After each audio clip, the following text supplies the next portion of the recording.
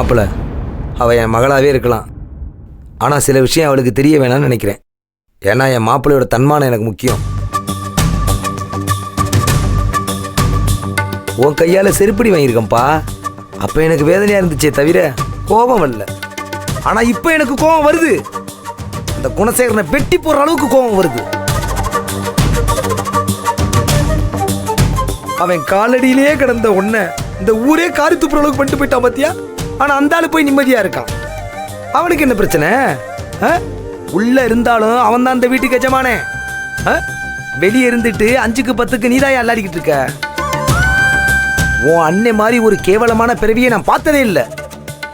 என் பொண்ணு பட்ட கஷ்டத்தை பார்த்ததை விட நீ படுற அசிங்கத்தை பார்க்கும்போது எனக்கு பொட்டுல அடிச்ச மாதிரி வலிக்குதியா. பொட்டுல அடிச்ச மாதிரி வலிக்குது. வெளியே இருந்த வரைக்கும் உன்னை அடிமை மாதிரி வச்சிருந்தாண்டால் இப்ப பிச்சைக்காரனாவே மாத்திட்டு போயிட்டான். அந்த ஆளுக்கு எவன் மேல வன்மை இருக்கோ ஒன்ன வச்சு பழி தீர்த்துக்கிட்டான். நீ கெட்ட பேர் வாங்கிட்டு இங்க உட்கார்ந்துருக்க. அந்த ஆளு தியாகி ஆகிட்டான். மாப்பிள, இனிமே நீ இப்படி இருக்கிறது முட்டாள்தன. மாப்பிள, ஆட்டி வைக்கிறேன் பேச்சை கேட்டு ஆடுனது போதும். நீ ஆட்டி வைக்கிற இடத்துக்கு வா.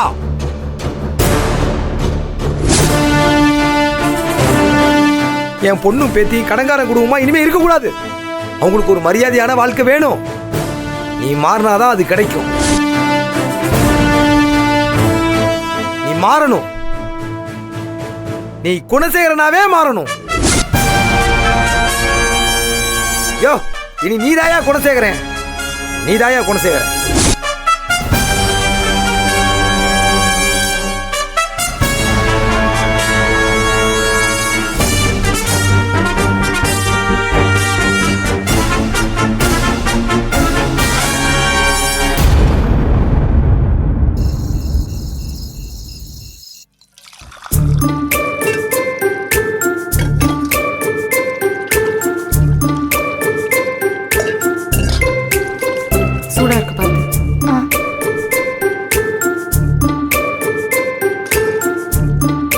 நான் பாத்துக்கிறேன்.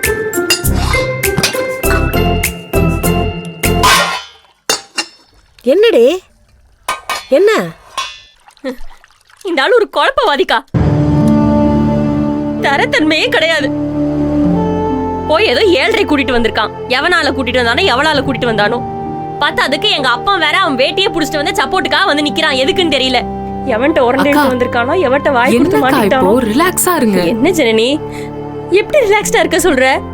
என் பொழப்ப பார்க்கவே விட மாட்டாங்க. காலையில அந்த பொம்பளை போனை போட்டு எல்லாருக்கும் சைரன் உதிச்சு. இப்ப இவன் ஏதோ 7:30 கூட்டு வந்திருக்கான். அடுத்த நாள் பொழப்ப எப்படி போகும்னு யோசிச்சு பக்கு பக்குன்னு வயிற்றுல நெருப்பு கட்டிட்டா வாழ முடியும்?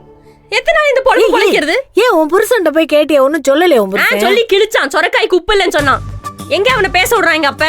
நான் போய் அவரை கேள்வி கேட்டா நீ இதெல்லாம் சொல்றியா, மாப்பிள்ளை இதெல்லாம் ஷேர் பண்றியா, விலங்க வைக்கிறியான்னு திரும்ப அப்படியே திருச்சி என்கிட்ட பேசுறாருக்கா. நான் என்ன வாழ்க்கை வாழ்றேன்னு இவருக்கு என்ன தெரியும்? நான் அவர்கிட்ட 4 கேள்வி கேட்டா இவர் என்கிட்ட 400 பதில் சொல்றாரு. அது குடும்ப வியாதி, அதை ஒண்ணும் பண்ண முடியாது.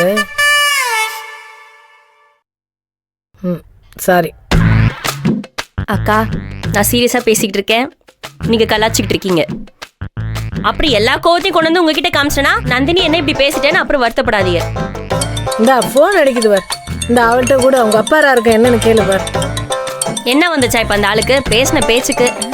அக்கா ஈஸ்வரி அக்கா, ஸ்பீக்கர்ல போடு. அக்கா சொல்லுங்க, எப்படி இருக்கீங்க? நந்தினி, நாளைக்கு அங்க வர என்ன? ஐயா, இங்க எதுக்கு வரிய? அக்கா அதெல்லாம் ஒண்ணு வேண்டாம். இங்க இருங்க. அந்த கிழவி காண்டி யோசிச்சு வரீங்கன்னா வரவே வராதீங்க. அது நல்ல கடலை கட்ட மாதிரிதான் உட்கார்ந்துட்டு இருக்கு. இப்ப கூட கஞ்சி வச்சு கொடுத்தா என்ன உப்பு கம்மியா இருக்குன்னு கேள்வி கேக்குது. அது நல்லா சொரணையோட நல்லா தான் இருக்கு. அதுக்காண்டிலாம் கிளம்பி வரீங்கன்னா வரவே வராதீங்க. அக்கா அக்கா இங்க இருங்க. இந்த தர்சம் பையன் வந்து பெரிய கூத்து பண்ணி விட்டாங்க. இங்க ஆளுக்கு ஒண்ணு பேசிக்கிருக்க. இந்த நிலைமையில நீங்க வர வேண்டாம். நிலைமை சரியில்லை. ஏதாவது தேவைன்னா நாங்க போன் அடிக்கிறோம். அப்ப மட்டும் வந்தா போதும். அவங்கள கொஞ்சம் ஃப்ரீயா யோசிக்க விடுங்களேன். ஐயோ வேண்டாம் வேண்டாம். அவங்க ஃப்ரீயா யோசிச்சாங்கன்னா தப்பா யோசிச்சு இங்க வரண்டுவாங்க. வேண்டாம் வேண்டாம் அக்கா, நீங்க ஃப்ரீயா எல்லாம் யோசிக்காதீங்க. வராதீங்க. எதுனாலும் நாங்க சொல்றோம். எங்களுக்காண்டி வரதா இருந்தா வாங்க, நாங்க அழைக்கிறோம். அப்ப வந்தா போதும், இல்லைன்னா வராதீங்க. இல்ல, நான் நாளைக்கு காலையில வரேன். என்ன இருந்தாலும் பேசிக்கலாம். நாம பாத்துக்கலாம்.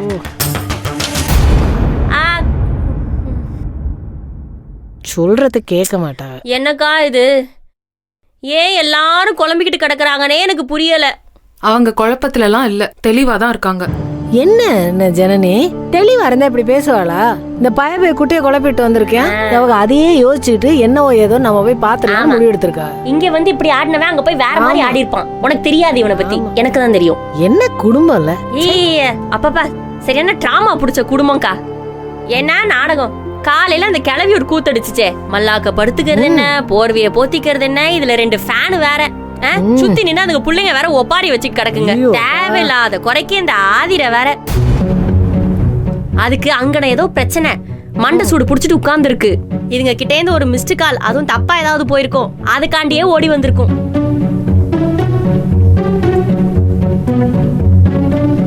வந்து என்ன குதி திங்கு திங்கு திங்குன்னு. என்னக்கா, ஏன் உங்க நாத்தனார பேசக்கூடாதா? எதுக்கு முழி முழி முழிக்கிறிய?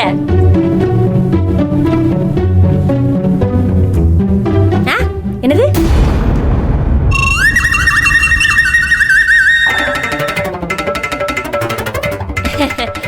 ஆதிர எப்போ வந்துச்சு? கரெக்ட் டயத்துக்கு வந்துட்டான்.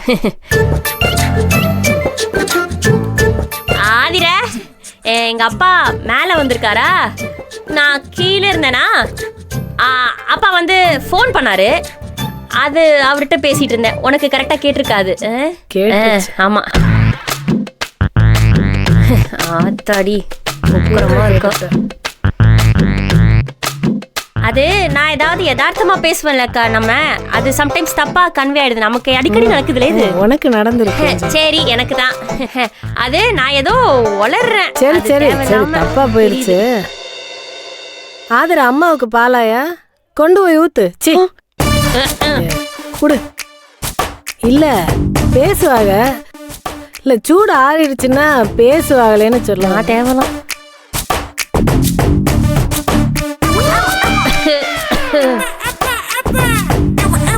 நீங்களும் ஒரு பாயிண்ட்ல சிக்கிட்டீங்க.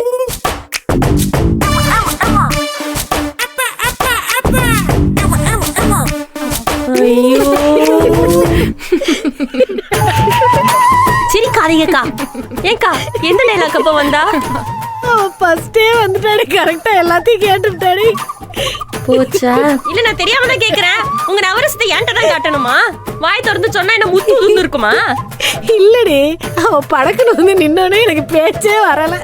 வராது வராது. உங்க நாத்தனாரை பார்த்து உங்களுக்கு பேச்சும் வராது, எதுவும் வராது. போங்க அங்கிட்டு. ஐயோ,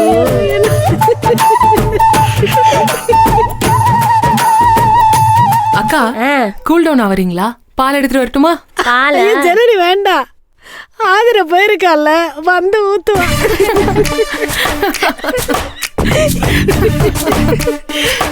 சிரிங்க சிரிங்க, நல்லா சிரிங்க.